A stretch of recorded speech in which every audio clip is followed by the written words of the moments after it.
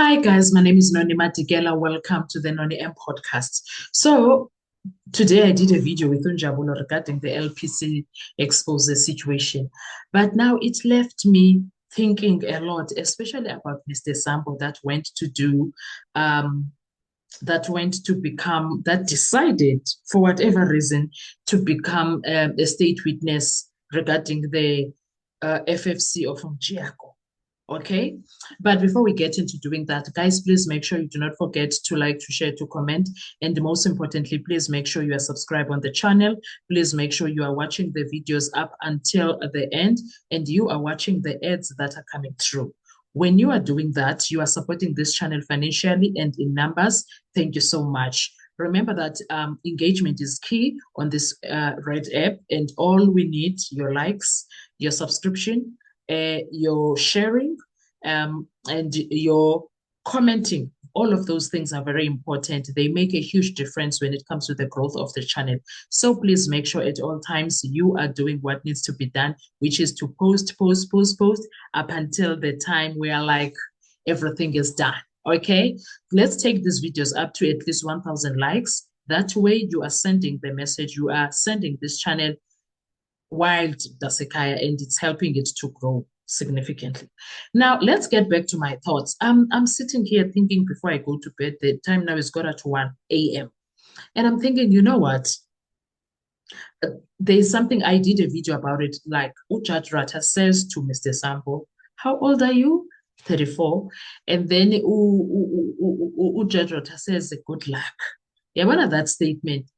I know that Mr. Sambo was laughing about it with the interpreter, right?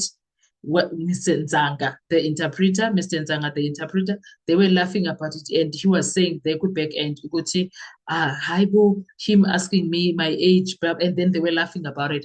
But I don't think it's a laughing matter, provided the things that were revealed, those shocking things that were revealed by Unjabulo over there by Channel Gasuspet and over here on my channel, the things that he has been revealing regarding the FFC of Mjiako.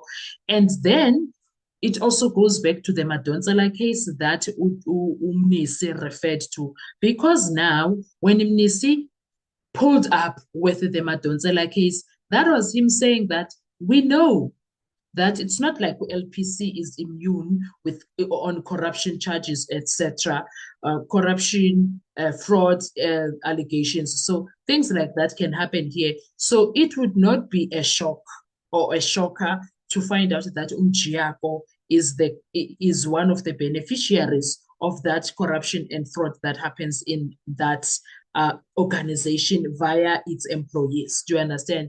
But now to have this young man, Mr. Sambo, coming to be a witness and saying all of the things that he's saying, and he's not a director, and he's not a spokesperson of LPC. I have so many questions when it comes to that. So many questions that I care to have questions. I have so many questions. It's very questionable if you ask me, but I could be wrong. But what I'm trying to say is that after the revelations of Unjabs, and also the other thing that I saw is that it's not rocket science. You just go to that website, to that LPC website, and you start searching using that LPC or FFC number of Mjiako, and then you will get to see things there and see what Jabs was doing. And wow. And wow. So I'm just sitting wondering, did someone just throw away a career that he worked hard for? And also, this gentleman, Mr. Sambo, got promoted last year, December. And there was this thing about Miss Scholes complaining to Mjiako. And I'm also wondering if Miss Scholes really complained. This is Mjiako we're talking about. He does have a dodgy character, by the way. There is a Times Live article about him being arrested for armed robbery of a cigarette truck. I don't know what happened to that case, but there is something about that on the internet about him. So he does have a character that is very questionable. No one is going to think that we are coming for him. And also him not coming to court and saying, you know what, in fact, at this rate, let's say Baloyi is not calling him. Why is he not calling the defense and say, guys, I'm willing to come through and tell you exactly what happened? Why is he not doing that? Why is he not doing that? And then they get Sambo to come and speak on his behalf. For the why? For the why? Was there a need for Baloyi to call Sambo to come to the stand instead of calling Jago? Because they are the one that needs to prove that Ndanzi is a pathological liar when he says he doesn't know Jago. He has a mandate. He has a what, all the proof that they have. Why is it hard for them to do that? Do you understand? So when it comes to all of those things, one does not, I personally get frustrated by some of the things that happen in that courtroom. At the same time, I'm still shocked with Usambo doing this to his life, a 34-year-old man. He has his whole life ahead of him. And I will never, I don't know why, but it did not that Judge Rata did anything wrong. No. This time he did not do anything wrong. He did not offend me, nor anything. But what he said, it sounded like it was so parent-like ukuthi mfana wami waze wazifaka entweni yini manje uyenzayo ebomini bakho. Do you understand? So it really stuck with me ukuthi uJudge Rata said, how old are you? Best of luck, good luck. I was like, what's going on? This happens exactly later after Umnisi said there is that Madonsela case there.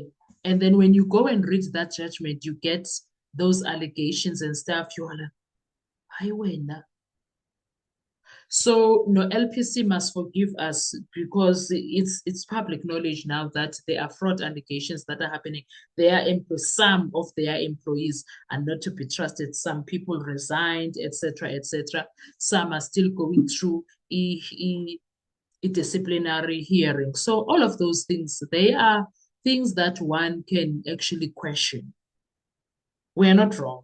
So I sit here and wonder. I remember asking Jabulo that because I do think chances are the big bosses of LPC are not aware of the corruption. Okay, are very much aware because of this disciplinary hearing that is happening, but may not be involved, but the staff is involved. Do you understand?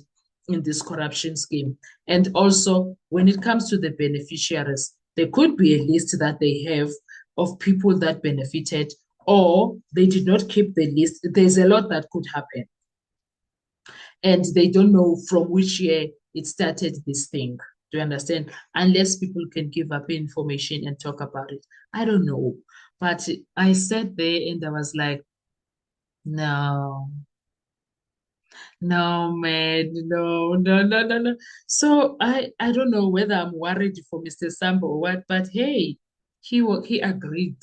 I don't know, maybe he agreed on what grounds and why was he, Mr. Sambo, the one that was sent as a junior, not a director? It's still not making sense to me.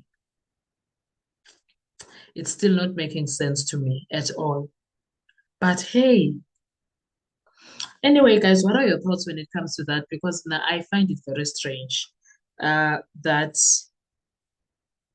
we are able to find that information just like that, and these people still think that we are stupid. We can just accept whatever they say. That for me was very strange. To understand, I don't know. What are your views when it comes to all of these things, guys? Let's talk comment section. I don't know. I'm worried about Sambo. I don't care about Sambo, but something is not make sure. Let me just put it that way. Let's talk with comment section. Thank you so much. I appreciate you coming through to watch my channel. And Koska cool.